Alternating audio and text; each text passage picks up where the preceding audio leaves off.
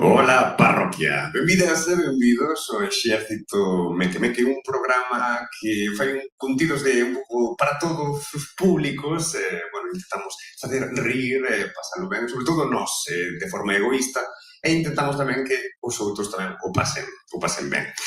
Antes de comezar, quero agradecer a Fotopod por convidar, concretamente a Albert, por pensar en nós, que para nós é unha ilusión cruzar a península, estar aquí tamén e compartir con todas vos pois o noso podcast, coñecervos a vos, que tamén nos coñezan a nós, e pasar un bo momento todas xuntas. Teño aquí ao meu lado a Pablo Casal, que é Meque, honorífico, pero bueno, non formo parte da plantilla titular, pero cando hai que salir a dar os minutos da basura podo ir tranquilamente. É certo que, claro, pues Meque, a plantilla principal, os que xogan contra o Barça e o Real Madrid, que están agora mesmo descansando. Eu represento o Meque dos veteranos, digamos, que son aqueles cando xa chegas aos 40 anos e tal, que xa a xuventud non quere, pois sacamos ao señor Bello, que ten un pouco máis de experiencia, como Ronaldo, Bello cando, xa non se movía moi ben, pero ainda tiña algo de calidade.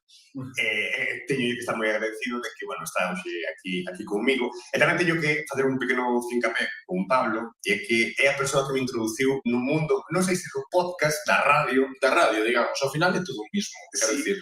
É xente dicindo cousas. Sí, é falando, é engancharse ao micro.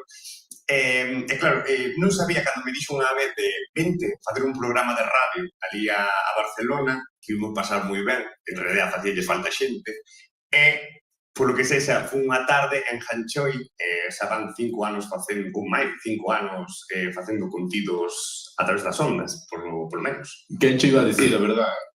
Sí, porque sería 2017, 2018... Era prepandemia seguro, vamos. E aquí, desa primeira tarde, ali en Sanstrel Radio, pois, naceu o Exército Meque, e o Exército Meque, para que non o saiba, é un programa que intenta facer humor concretamente para unha xeración galega que se chama a Xaba Xeración, xente que se criou vendo o Xabarín, o noso Super 3, que é algo difícil de escribir, porque é simplemente dicir unha referencia desa xeración e todos nos sentimos identificados automáticamente. E intentamos facer ese humor.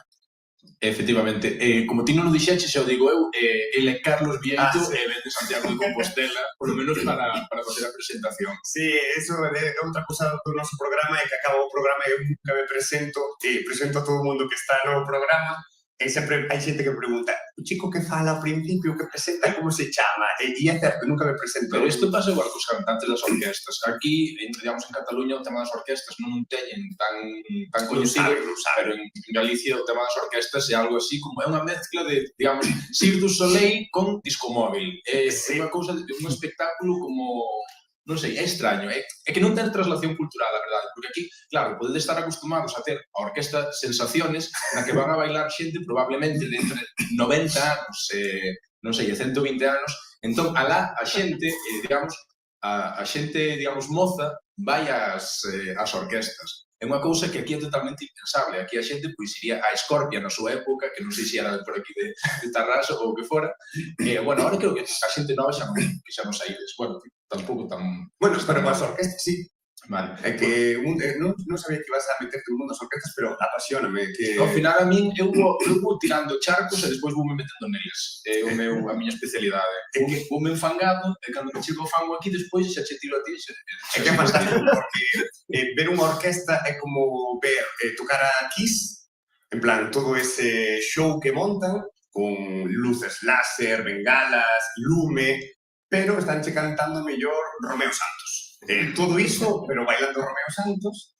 Ou peor, está cantando La Barbacoa. Ou La Barbacoa. Sí, La Ventanita del Amor. E aí, sabedes que nós temos un problema de envellecemento poblacional, é dicir, seremos mellor o 30% xente moza. Pero iso está moi ben, porque quero dicir, xente, digamos, bella como a min xa, eu chego a Galicia e estou por debaixo da media de idade, porque porque a media de idade en Galicia, ao mellor son 47 anos. Claro, ou máis. E claro, toda a nosa poboación moza está neses sitios. É dicir, se houber ali un cataclismo, pois nos quedaríamos sin xeracións novas que renovar. E algo bonito das orquestas é iso, que a xente moza vai a mocear, non vai a facer as beiras, vai buscar parella, pois ali é o mítico debaixo das orquestas, dos palcos das orquestas pasan cousas. Hai moitas relacións que naceron detrás do palco dunha orquesta. E cando digo relacións, podemos imaginar calquera tipo de relacións. Sí. Efectivamente. Igual que o mellor, non sei, no resto do estado, levan a toreros flamencas, na nosa televisión levamos a cantantes da orquesta, facer ali un pouco. Claro, alá son auténticos superstars, os cantantes da orquesta. A xente ten como a súa orquesta como se fora un tema de equipos de fútbol casi. Eu son da orquesta tal, non sei que, e van ali seguindo, en plan hooligan, e non sei que. Temos unha aplicación concreta para buscar a túa orquesta. Se chama Orquestas Galicia. Espera, eso existe. Levo moito tempo fora de Galicia. Ti dis, onde toca o combo dominicano? Ti buscas e toque na estrada. Vas ir ver o combo dominicano. A xente que vai ver o combo dominicano vai esta finde, vai a seguinte, é sempre a mesma canción, o mesmo show, pero van. Pero bueno. Apasionante. Todo isto, o único que viña a decir é que... Non estaba pensado, pero bueno. O que quería decir é que o cantante da orquesta normalmente tampouco se presenta a él mismo. Sí, isto todo viña o tema da presentación. Claro, é verdad, o guitarrista, claro, preséntanos a todos, despois ele non se presenta a sí mismo. É verdad que viña todo isto. É que queda feo de moitas veces presentarte a ti mesmo cando é así. É como pedir un aplauso para ti mismo. Eso é bastante denigrante, digamos. Eu entendo, se muchos están vendo a cara, pois sí, a mellor se que vou presentarse. Por dar as voces e esas cousas. Exacto. Pero bueno, para que vexades que isto non estaba nin planificado nin nada, pero gustame que toques o tema da orquesta, e vai un pouco ao fío de que tipo de podcast hai de a xente que se curra o podcast, é dicir, ten unha escaleta, un guión, se prepara as cousas, e despois está los outros, que se ponen diante dun micro e falan. En galego correcto dice esbardallar. Esbardallan bueno, pois iso, eu categorizo dous tipos de contidos, os que eu traballan, que pode sair ben ou mal, e pois os que están ali, que van fazer as cousas. Bueno, digamos, a xente que leva follas de papel escritas como a ti e a xente que ten unha botella de auga mediante e ningún tipo de contido nin ganas de traballar. Pero eu estaba incluindo no sector caos, Vale. Sí. Pois entón, non sei por que tu xetes a folla aquí non existe. Son caótico, pero bueno, formaliño. A mí gustame ter un apoio, ter algo, non? No que agarrarme. Realmente son dibuixos, non lle fagas caso. Sí, mira, é que son ideas, realmente, non? O podcast é un pouco ideas, pero tamén por unha cousa. A mí, por exemplo, personalmente, se eu tiver aquí unha escaleta minutada e tuvera que saber que no minuto 10.5 temos que falar a orquestas. Me muero, é dicir, imposible, porque estaría tan nervioso de que no minuto 10.5 hai que falar de orquestas que eu pasaría mal. Eu prefiero que digo, vamos falar de orquestas, e cando saia do rollo, falamos, tiramos para diante. É como imos facer. Como vai facer, porque flúe, non? Estamos falando antes de que moitas veces, por exemplo, nós cando facemos o exército meque-meque, nunca lles paso a escaleta. Eu teño unha escaleta e cando chegamos a gravar, eu lles dou a escaleta. Eles non saben do que se vai a tratar. Que teño a sorte de que as persoas que están ao meu lado son xente boas, xente profesional. A mí parece maquiavélico. Sí, é un pouco, vai con esa base de... Porque, a ver, ahora non, porque xa o tes un pouco máis rodado, pero as primeiras veces é como poñelos, sabes, como a espada da parede. Os millóns programas. Como os pillaban desprevenidos, era o mellor. Pero o que nace desa improvisación, que non está masticado, que sabes... A ver, lógicamente está máis vivo, poden xurdir cousas moi boas, pero tamén poden xurdir mierdolos grandísimos. Sí.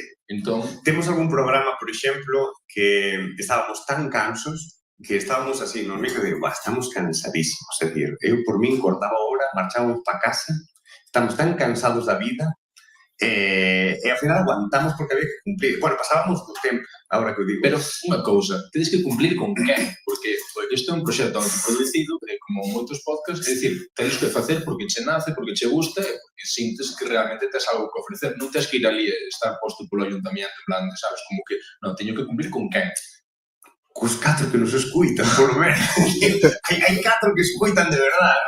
Eu, por exemplo, confeso que o iVoox teño algo máis abandonado. Polo que sexa.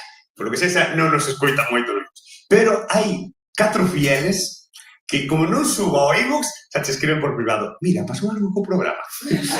Sí, ahora vai. Atrevo-me a decir que acabamos a cuarta tempada e íbamos a empezar a quinta tempada. E a cuarta tempada ainda non está toda subida ao iVoox. Quedan programas que se van a subir ainda agora, cando arranquemos a quinta tempada. Pero unha cousa, a ver, eu non son científico, quero dicir, pero subir un programa ao iVoox, canto leva? 3 minutos.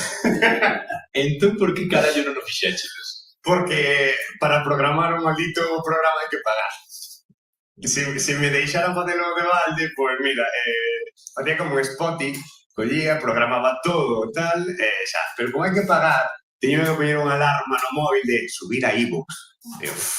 Ou moitas veces o que fago é subilo antes de tempo para xa olvidarme, e as persoas que están en iVoox pois escoitan o programa mellor 3-4 días antes de que pase. Como que 3 ou 4 días de que pase? É dicir, ti non podes subir o programa antes de gravarlo. Non, nos gravamos os luns, subimos os mércoles. Pois eu o luns subo o programa xa. Digo, para arriba, importame un carallo, xa está. Pero podías facelo como fai esta xente ahora que monetariza as movidas, ahora, isto é de ahora, non de hai 20 anos, o rollo de dicir, podemos facer unha suscripción de Quemeque Premium, polo cal a xente o pode escoitar 3 días antes. Lóxicamente non pagaría ninguén. Claro, eu digo, que crees que vai pagar? Non, pero o rollo, é dicir, se non o faz, ninguén o vai facer. Entón, o primeiro paso para que algún incauto pique é, digamos, facelo. Que aquí entramos xa no tema da monetarización. Que eu non sei se algún de vos probou a falar cun Podium ou algo así, pero eu imagineime na miña cabeza decir, vou lanzar unha proposta a Podium. E eu creo que o señor de Podium que vai a recibir o correo vai pensar o mesmo. Pero quen vai pagar por escoitarte? O sea, é dicir, quen vai a se atrever a darnos cartos por escoitar? Eu vendo certo contido que hai hoxe en día, eu diría, se están pagando por cousas bastante máis, non vou dicir fraudulentas, pero bastante máis, reguleras, é dicir, hai que valorarse, hai que dicir, mira, pois a mellor hai alguén que nos quere dar uns cartiños, que nos quere financiar, efectivamente. Hai xente financiando cousas moi tolas. Sí. Pero isto falábamos onte tomando cañas de a xente, non sei se vos pasa, pero cando vedes outros podcasts de xente famosa xa, que dis, esta persoa está facendo horas, realmente non interesa absolutamente nada. Esta persoa é un funcionario do podcast, é dicir, teño que facer unha temporada de 15 capítulos, vou ali, falo de... Sí. Teño que ir facendo, dou llama a nivel e cando acabe, vale, pago, en plan de, podeme pagar? Sí, veña, chao. Sí, ademais, o pouco que teño entendido é que sei que esos programas como que se fan dunha tirada, ademais, non é como unha semana ou un mes, non? Fan, nunha semana todo, prodúceno, e pois o van soltando pouco a pouco, non? E falamos onte, que se nota moito que está ali un pouco cotizando. É dicir, ti eres famoso porque X motivo, te chaman para fazer un podcast, que porque é lo que está ahora de moda, e están facendo aí. E dache un pouco de non sei que, decir, tío, eu estou aquí neste zulo intentando facer contido de calidade e esa persoa, sabes, por salir ali en salsa rosa, deronlle un podcast, está superproducido, e tal. Ti pensa que isto pasa en todos os ámbitos culturais, é dicir, desde o momento no que Sergio Ramos pudo sacar unha canción, quer dicir, ti imagínate ese cantante que está ali estudiando nun conservatorio non sei cantos anos, afinando as súas cordas vocais, non sei que, intentando encho peito, respiración diafragmática, non sei que. Chega Sergio Ramos, mételle unha tonelada de autotune e o millón está o petando en ventas, sabes? Non teño nin en Sevilla, o millón, non sei. É iso, quero dicir que isto pasa en todos os ámbitos culturais. Entonces, sempre vas a ter como produtos prefabricados que che van a pasar por encima. Entón, pois, digamos que hai como esas dúas tensións, non? Hai a xente que ven de arriba, que lle dan todo feito, e a xente que vi desde abaixo, supoño que vimos. Bueno, eu nin veño nin deixo de ir, son galego. Entón, é eso, é a xente que vi desde abaixo que tedes que ofrecer un contido como de moitísima calidade para poder asomar a cabeciña un pouco. Eu tamén, eu decía agora vindo no tren, hai unha frase que sempre digo ao empezar cada tempada ao resto de compañeiros o día que non o pasemos ben facendo o programa acabouse, non hai máis programa, se finí. Porque se non che sai pasalo ben, facer o programa, se non o disfrutas, se non marchas ali contento, non paga, porque non cobramos, é dicir, perdemos cartos facendo o programa. E se polo menos non o disfrutas, non o fagas, é dicir, xa está. E que ese é o tema, digamos, ti empezas facendo algo dunha maneira para divertirte, para pasalo ben, para estar cos teus amigos, e iso sale de maneira natural, e a partir de aí é cando creas esta especie como de comunidade, de xente que lle gusta o que faz porque estás facendo cunha mínima paixón. Entón, o problema é que cando esa paixón baixa e estás facendo, como decías ti, como de forma mecánica. De forma mecánica, entón iso notas e perdes o, non sei se lle din engagement a eso. Sí, engagement. Sí, pero como se di se non eres un pretencioso que utiliza anglicismos? Enganche. Pois eso, o enganche e notas e pérdelo, e entón ali é cando tens que deixar de facer cousas. E a xente nota. É dicir, a xente que te sigue sí que nota se baixa o rollo, si... Por eso, entón, é dicir, eu entendo que faga eso a xente que está ganando cartos, pero se estás aquí sin ganar un peso, pues realmente é para que vas a seguir facendo. Falaste da comunidade, non sei se como é a vosa xente, a comunidade meque é turbia, chego a dicir. Pero eso xa foi favorecido por parte do... Sí, nos alentamos tamén, pero a xente que sigue o programa é xente que ao mellor te recoñece, te mira raro, sabes, como nos facémoslo en vídeo, vésenos a cara, é dicir, saben quen somos. E te miran, son xente turbia, son xente, ao mellor, rechazada socialmente, ao mellor, podríamos dicir. Que a xente que nos gusta, tamén. Nos representamos e nos representan. E é xente que te pilla, o que estabas dicindo, píllate ao momento. Saben como vas de vibras, pero tamén é xente de bo corazón, teño que dicir. É xente moi tola, pero de bo corazón. Unha anécdota é que, por exemplo, nós fomos facer tamén un podcast en vivo. Hubo unha parella que se recorriu a mellor 2 horas para escoitar en directo. E digo eu, no cal, é dicir, non fai non ven ni miña nai. Miña moza non escoita o podcast, porque... Crees que se podería medir o éxito, digamos, na distancia que pode recorrer unha persoa para chegar a ver o teu podcast? Iso pode ser interesante unha boa medida, Ata cantos kilómetros crees que podería chegar de máximo alguén por vir a ver este podcast? Sorpréndeme que veña a xente, non? Pero... Home, 2 horas está bastante ben. Sí, 2 horas é brutal. A ver, non vai vir ninguén de Nova Zelanda a verte, penso, vamos. No. É dicir, ao mellor... Bueno, comentamos yo a unha persoa galega que vive aquí que queres te vir a ver o podcast? A que hora é? As 9? No. Claro, se me pillas un sábado a 6 da tarde, fun tomar un par de vermús, veño medio cocido, non sei que, ao mellor pasa. Claro, pero dixo, quero-te moito, Carlos, eres genial. Pero isto foi a persoa que viviu en Tarrasa? No, foi Rosa. Ah, vale. Que está fastidiante. Vale. Pero eu... Vente a terra así. No. O sea, quero-te moito, pero vou facer ese esfuerzo. Pero sí. Bueno, nos viñamos realmente a falar de outras cousas que non eran estas. Sí, realmente todo o que acabamos de falar non está na escaleta, pero bueno. Eu viña un pouco tamén a comentar, eu viví en Barcelona moitos anos, para mí foi agora un choque volver. Pensei que ibas a decir cultural. Isto sigue sendo o mesmo sitio. Non cambio moito, pero é certo que noto diferente. En que sentido? Que é moi difícil vivir xa aquí, sabes? É dicir, moita xente das que marchamos é porque non podíamos vivir aquí. No, a ver, non é moi difícil, eso é simplemente que eres pobre. Bueno, sí, é verdade iso, sí. Son unha persona precaria. Claro, se eres precario, vivir aquí é difícil.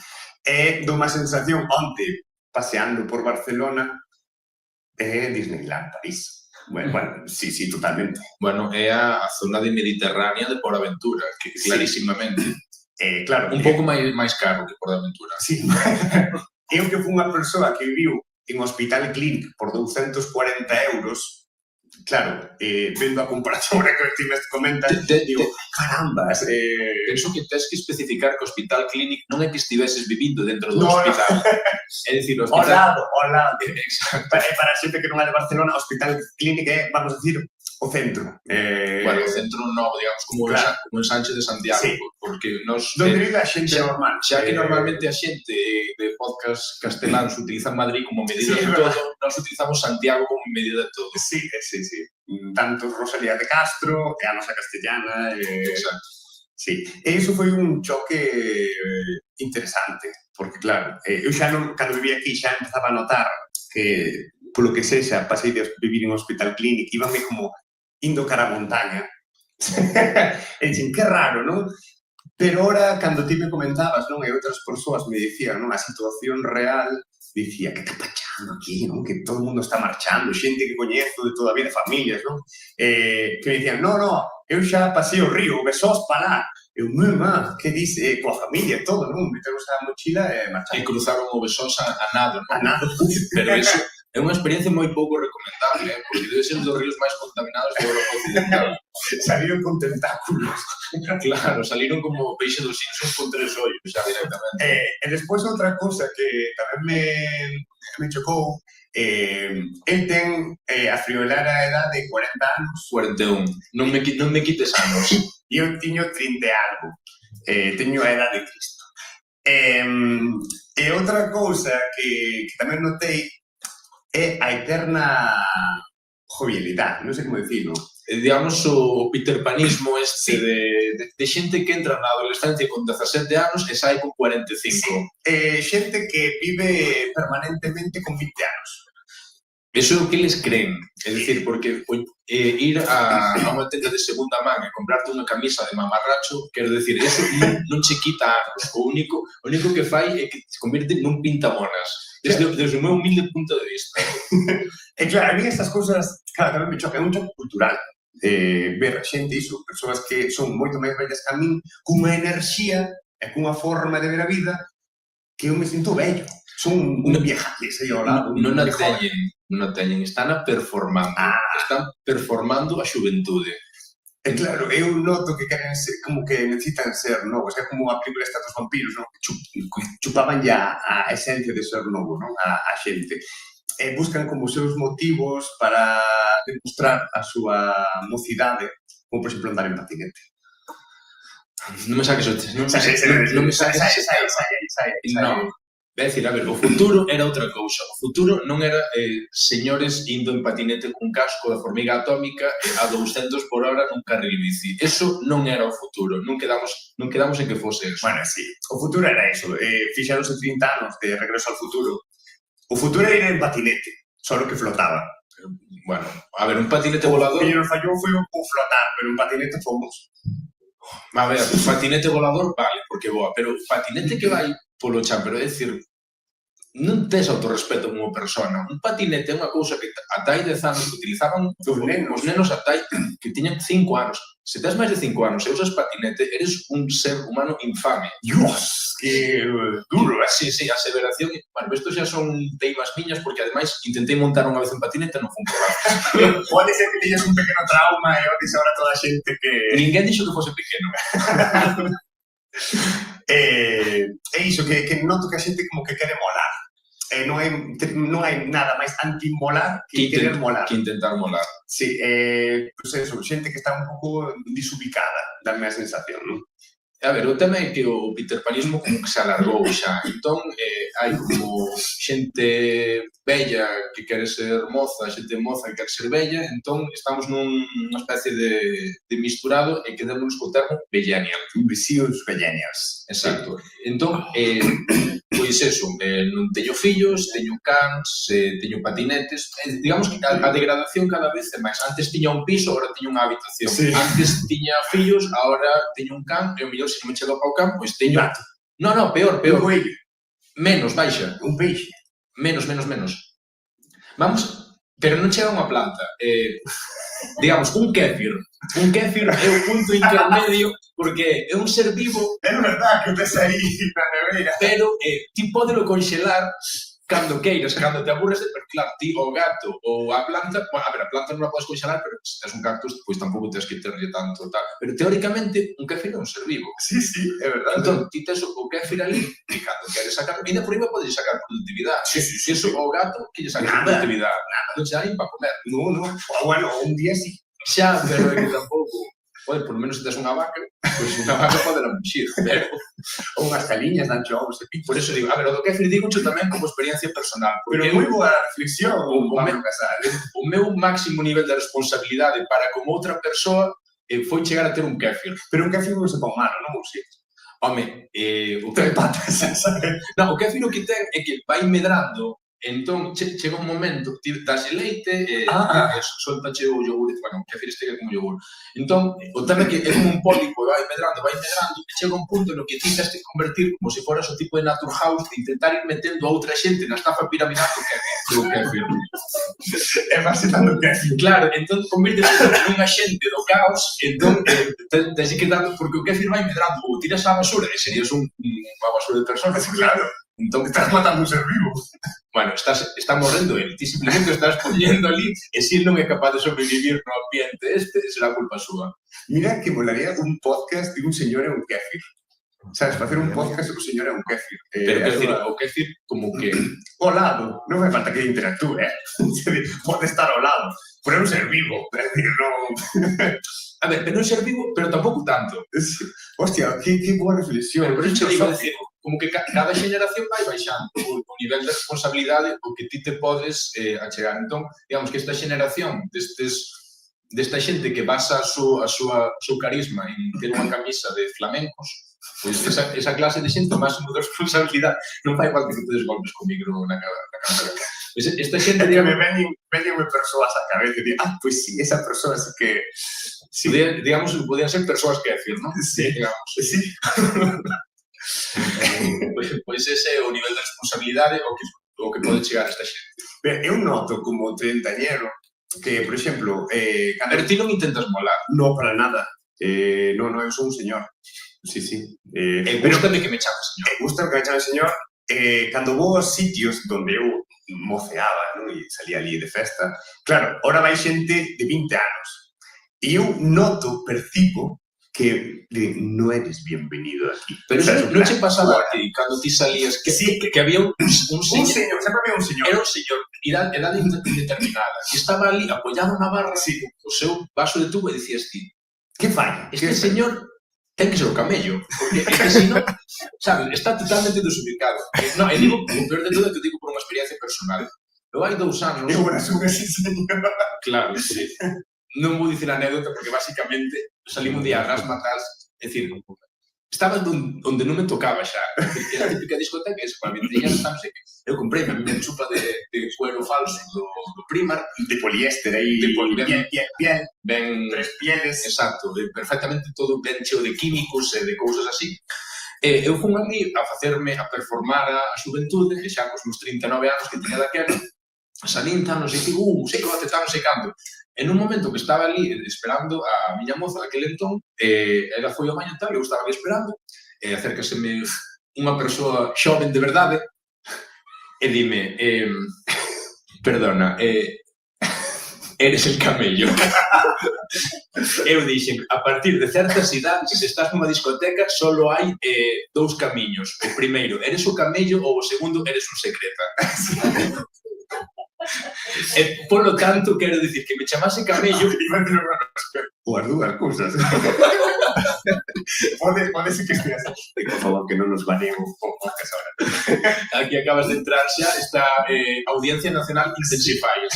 Esta hora o Policía Nacional está intentando gravar. Ahora mismo, porque vamos a empezar a gravar. Isto ao Suiz vai encantar.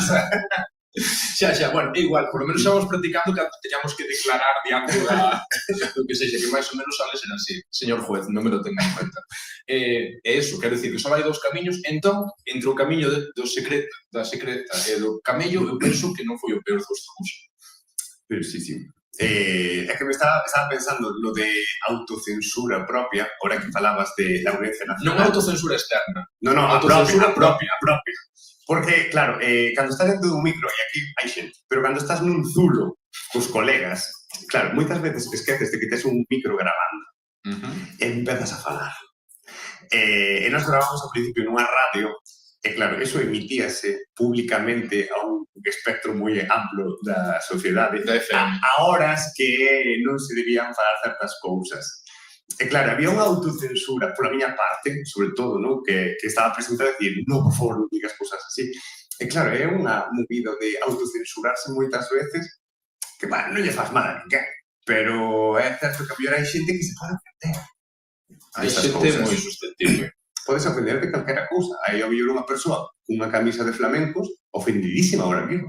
Eu teño unha camisa de... Bueno, de flamencos non, é dun tigre, pero bueno, eu intentei... O peor de todo é que, claro... Non me digas, comprátela nun rollo do Raval, e valiuche 70 euros, no, e é de terceira mano. Dá moito máis noxo a anécdota. Comprei nunha tenda de segunda man de Ámsterdam.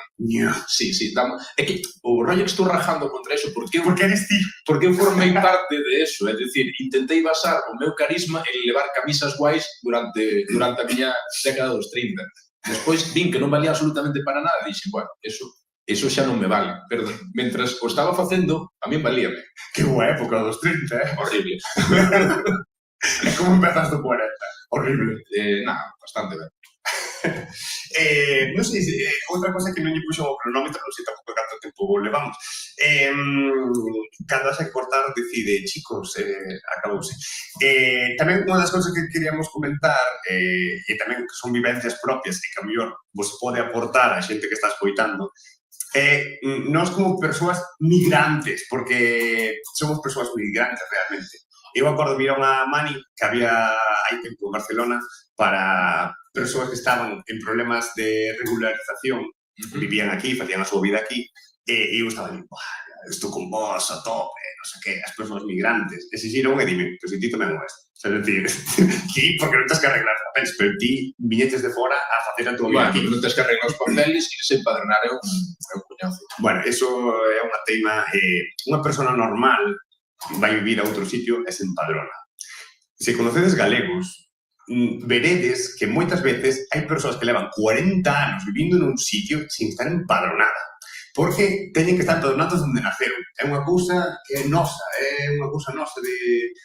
Temos que estar onde nacemos empadronados, dándolle cartos para que den subvencións ao Concello. Pensa que somos xente entón que non nos poñemos enfermos nunca, porque senón, despois, ti o CAP non pode ser se non está... Claro, eso que me dicían. Eu iba ao hospital aquí en Barcelona e me dicían, t'has de empadronar, Sí, eu vou facer, Volví a ter, t'has de empadronar, Eu sí que sí, que... Xa vou facer, xa 10 anos. E non me empadronei. Iba por urxentes, tiña que esperar a que pecharan as consultas. Así que eres tío que está colapsando o servizo sanitario. Posiblemente, sí. Pero moi boa atención, te iba a decir. Sí. Hubo un día que estaba tan mal que caí na rúa, porque estaba esperando, claro, porque non podía ir a consulta normal. E tiña que ir a urxencias. Caí na rúa. E ninguén chamou a ambulancia. Tamén teño que ir, aquí eso foi tristísimo. Pero me tuve que esperar, porque senón non me atendían. Bueno, pero xa, cando te levantaches despois de perder o coñecemento... Sí, despois xa me levantei, xa foi... Ves como ao final... Dando voltas así cara ao hospital. Ao final é colapsar os servizos ao tonto. Se ti caes, despois te levantas e sigues vivo, xa está, non estás facendo gasto sanitario. No, despois fun facendo. Bueno, se a ambulancia, si gastarías, claro. Bueno, é verdad. Pero iso, que aquí hai unha comunidade galega moi grande, é dicir, os galegos, tristemente, tuvemos que emigrar moito. Non sei onde está o rapaz de Euskadi, pero, por exemplo, a terceira lingua do País Vasco non é o inglés, é o galego. Está o castelán, o éuscaro e o galego. Porque hai unha comunidade inmensa de galegos. E aquí en Cataluña tamén hai moitísimos galegos. Pois se fixeron a súa vida aquí, teñen as súas costumes tamén aquí, están arraigadísimos, pero tamén temos as nosas cositas, as nosas formas de ver e interpretar pois o sitio onde vivimos. Bueno, a ver... E ti, máis que ninguén, levas 20 anos aquí. 17 solo. E xa és catalán. No, a ver, a mí hai cousas como que de primeiras, non sei, foron un pouco chocantes. Por exemplo, a primeira vez, aquí estaba estudando un máster no 2008, e lembro que iba cos meus compañeiros de máster cataláns e íbamos ao bar e eu pedía o meu bocadillo no bar e o café o que fose. E eles traían o bocadillo da casa e comían no bar. A min eso semellábame infame directamente, era como, pero como pode ser que esteas indo a un local a consumir, traendo ti as consumicións da túa propia casa? Impensable, alá, No, ali sale o señor detrás da barra e móntate. No, pero, a ver, tamén pasa unha cousa, a mellor aquí os bocadillos van a 6 pavos e a la costa con 2, aquí aquí inventaron o concepto medio bocadillo en Cataluña, que eso é como, pero como que medio bocadillo? En plan, non tes fame ou que? É das cañas así. Claro. Isto é certo, en Galiza non existían, bueno, hasta non hai moito, non existían os quintos. Era o botellín grande de toda a vida, eso de beber un grolo de cerveza non existía. Era impensable. Pois eso, a mí o tema de que trouxeran o bocadillo da casa era me parecía... E agora normalicei, non? Que ven xente xa da miña idade que trae o seu propio bocadillo e pide o café, porque non pode pedir medio, supoño. Non, é un problema que ten que ver cos prezos, é dicir, porque se tes un bocadillo a 3 euros e un bocadillo así, pois ti pídelo, pero claro, chegas aquí un bocadillo de 6 pavos, que tens que pedir medio bocadillo, que se che costa 3 e medio, en plan, eso tamén vai ben para a saúde, quero dicir, sí, que as cousas sexan... É verdad. Claro, ali hai un colesterol que mueres. Entón... Sí. Claro, porque che dan de comer. Se algunha vez estivestes por alá, algo común é non cear nin comer na casa. Ti vas tomar algo e comes. Porque che meten a comida na boca, literalmente. Claro, poñenche 3 tapas. Claro, 3 tapas que son aquí 3 bocadillos normales. Ou que aquí lle chaman platillos, creo que é. No, de platillos nada. Pero ali, claro, a mellor vas a tomar unha caña e che dan media tortilla, por exemplo. Sí. E comes ben. É un normal. Pero, bueno, eu penso que se damos a volta ao argumento pode ser que, ao mellor, os cataláns non é que che queiran clavar moito polos bocadillos, sino que simplemente están preocupados pola túa saúde, e entón poñen eses prezos para que ti teñas que comer o, sabes, para que non comas demais. Que ben. Claro, entón, digamos que eso, que son uns sitios cardiosaludables. Que va, esa para os trisas vais, supoñía pegatino ao lado, cardiosaludables, efectivamente. Non sei se tes outras vivencias de comparativas de Cataluña e galego-catalás. A verdade, a ver, podía estar falando anos e anos, pero quero dicir... Pero non o vou facer. Pero non o vou facer porque, decir, polo que me pagas tampouco... Non, a ver, outro tema galego-catalán que hai é o tema dos bares. Entón, aquí é onde quería introducir a seguinte parte do podcast. Unha das embaixadas propias de calquera comunidade galega son bares e restaurantes. Verédelo por nomes moi galegos como o Retorniño, Botafumeiro, Peregrino... Estás me relatando a sección, pero... Bueno, pero eso, esta xente vive por aquí. É dicir, ou se non vivides aquí, vives do outro lado e hai bares galegos e teñen sempre o mesmo nome. E pois unha das cousas que me encanta, que non sei se o vas a meter, é que cando abren o segundo bar, sabes, que dille, o primeiro vai nos ben, vamos a abrir un ao lado casi, e lle poñen o nome mismo, imagínate, Botafumeiros 2. Sabes, que dis, poñe outro nome, poñe... No, a mesma marca. A ver, pero isto, se funciona... A ver, sí, é esa lógica. A ver, se ti faz a segunda peli do Capitán América, como se vas chamar? Claro. Vas a poñer Capitán América 2. La venganza. Ou que sexa, claro, non lle vas a poñer... Se algo xa funciona, porque lle vas a cambiar o nome. Sí, eso tuve unha discusión con miña nai, que ten un negocio e se abro outro, vou chamar igual. Claro. Pero eso non ten lógica, de marketing non ten lógica. Pero sí, é verdade. Bueno, pois vou... Veña, dalle aí. Incluso eu atrevo a decir que podedes participar máis que eu comentando. Bueno, vamos a facer unha especie de concurso con nomes de bares galegos. Entón, digamos, eu vou dar dúas opcións e hai que intentar adivinar o restaurante que existe e o que non. A ver, pode ser complicado, porque ademais non creo que esta xente saiba o que é unha anduriña. De feito, non sei ni como sería anduriña catalán. Golondrina. Pero, bueno, non sei se golondrina. Golondrina. É a canción de Juan Pardo, que traducino ao galego despois. Bueno, entón eu vou dicindo eso, como unha dupla de nomes, e tedes que adivinar cal é o bar que existe e o que non. Boa. Eu creo que me parece difícil, incluso para un galego. Vale, bueno, entón, o primeiro que temos é restaurante Anduriña ou bar Xinzo 2. Cal credes que pode ser un restaurante galego? Xinzo 2. Efectivamente, o bar Xinzo 2 sito no bairro de San Andreu. A todos estiven buscando e non atopei o restaurante Xinzo a secas. Entón, aquí pode haber varias cousas. Que houbera o Xinzo 1 e que lle fora peor que o Xinzo 2 ou que o tipo vendera o Xinzo 1 e se quedase co Xinzo 2. Entón, que me fixo bastante gracia. Despois, a segunda dupla que temos é bar Nova Galiza ou Asador Porcoril. Porcoril, para que non nos saiba, é unha mezcla de un par de especies endóxenas de Galiza como o xabarín, que é o alporse englá, e o porco vietnamita, que se hibridaron entón saliu unha especie nova. Temos unha plaga deste novo bicho ali. Exacto. Non sabe ben, por iso a xente non o caza. Teño que dicir tamén. Ten un malo das dúas especies, é dicir, é pequeno como o porco vietnamita. Destroza o cultivo como un porco normal e non se pode cazar porque non sabe ben. Exacto. Sí. Entón, bar Nova Galiza ou Asador Porcoril? Que decides? Eu non sabría dicirlo, A ver, eu creo que hai unha pistilla aí, Ti que dirías? Vos que... Cal? Eu de Porcoril tírame para atrás, Tíreche para atrás, por que? Porque os bares propios fixeronse hai 40 anos que existíamos Porcorils. Aí está. Efectivamente, bar Nova Galiza. Entón temos a seguinte... Vaya promoción estás facendo esos bares, Agora aquí. Moi ben. Temos o Rincón do Lito ou bar Chaguazoso. Digamos que o Lito é... Lito, imagino, que é un señor que está ao final da barra unha camisa o trapo que non limpou en 40 anos. Vale, bar, como era? Chaguazoso, que é unha pedanía, unha aldea de non sei onde. É que me resulta dificilísimo, que decides? Chaguazoso? Pois, efectivamente, non é o Rincón do Lito.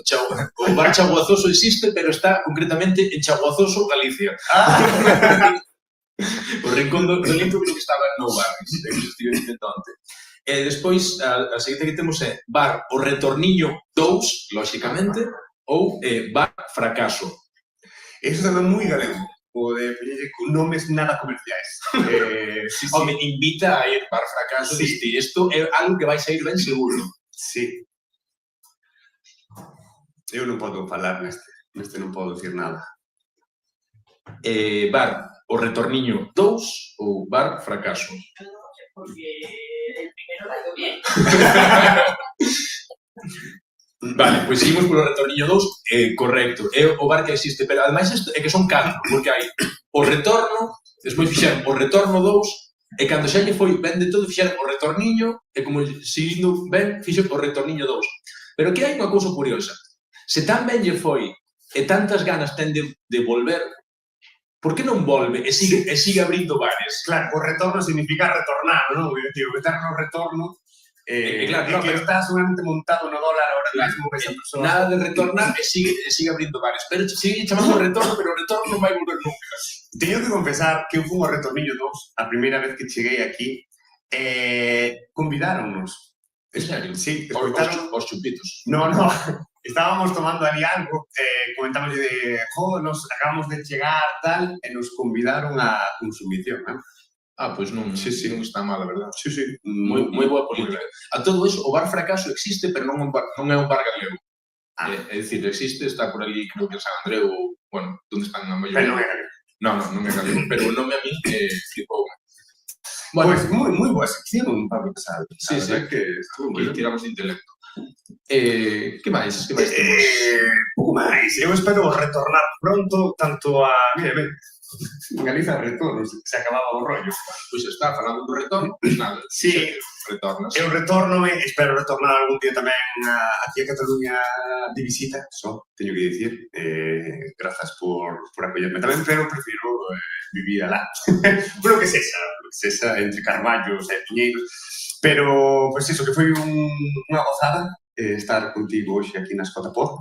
Tamén unha chulada poder facer un podcast tan lonxe da casa, tantos kilómetros, compartilo con todas e todos vos, conocer a máis xente, a máis amantes do podcast. Hoxe seguiremos por aquí vendo as propostas que hai e, ao final é unha maneira de facer comunidade e de ver os que se está facendo, o que funciona, o que non funciona.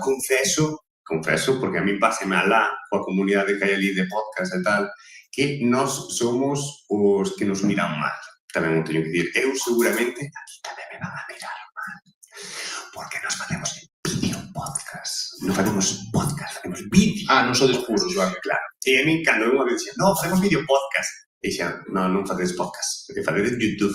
No, eso non é podcast, o podcast non se ve as caras, non hai. Pero se non o queren ver, que viren por outro lado. Claro, tamén, verdad, que cambien a pestaña do YouTube, xa está, non pasa nada. Non é tan difícil. Non é tan difícil, pero sí que é unha gozada ver a xente facer cousas, e como falábamos ao principio, que unha das cousas chulas da xente que hoxe estamos aquí é que facemos por amor a arte, e iso é un plus a maiores de cando a xente fai as cousas por amor e que o fai por gusto, pois a verdade que notas outro ambiente, outro material, é sempre moito máis disfrutable que os outros contidos comerciais tamén están moi ben, non vamos a negar, xente profesional facendo cousas, pero que os que facémoslo voluntariosamente... Pobres pero felices. Pobres pero felices, sí. Que boa frase para rematar o programa. Pues nada, obrigadísimo, que nos vemos outro ano nas ondas, como se suele decir, así que nada, se sabe, moi felices.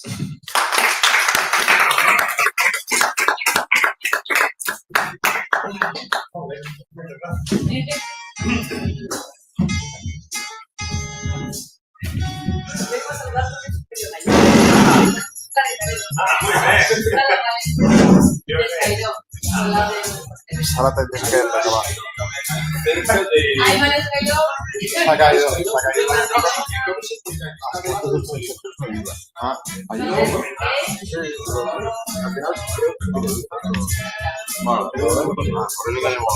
Conectamos los salvavidas. Lo puesto como backup por si tú.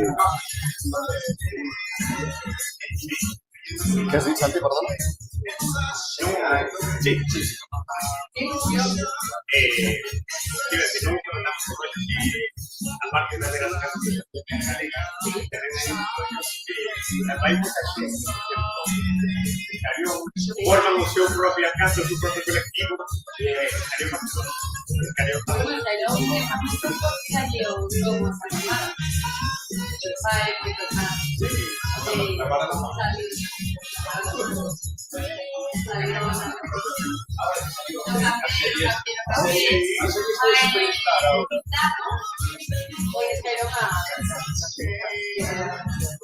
a ver, yo no soy tanto le tiraron que está vivo, que canta, hospitales que sí. Rigueira, es un sitio realmente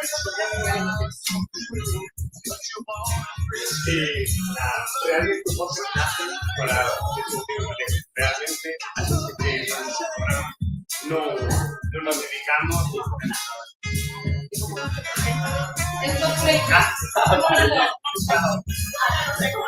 Carlos.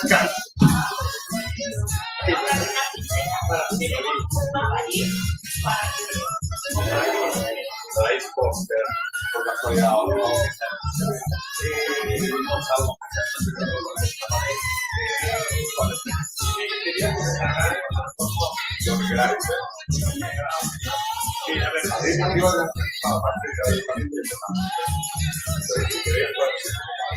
Quería que me mandara un correo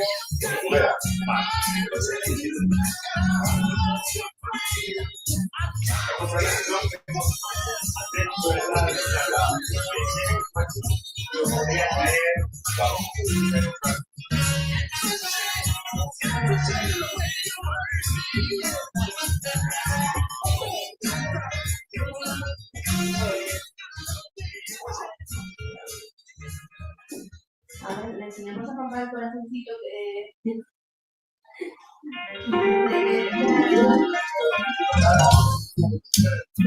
I want to dedicate this song to all the rivers. And I think the world, everybody wants something, someone to love. When it's cold outside, rock and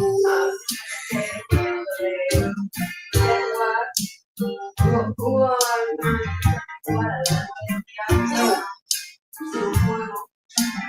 If y'all don't mind, I like to talk about this one. It's always complaining about never being home. But when I'm there, she's telling me about the things that a girl can't stop. What she ain't. Gonna go out and get a woman. Girl, I can't be too crazy at one time.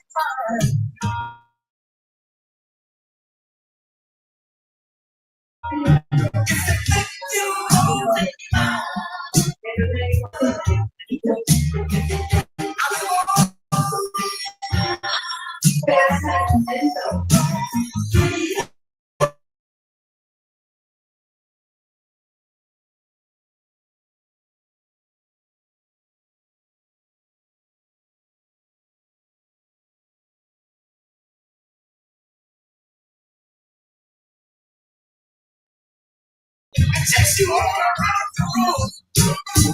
Never is so like a bubble. Never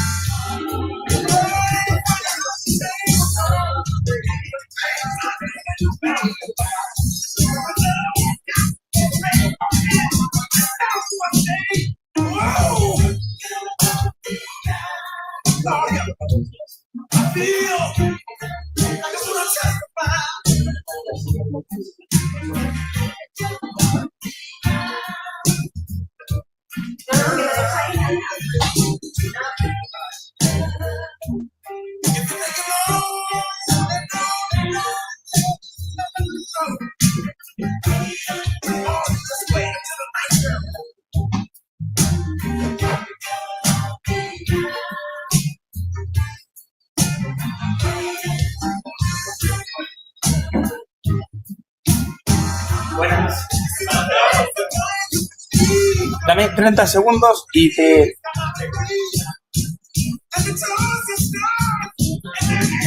Todo tu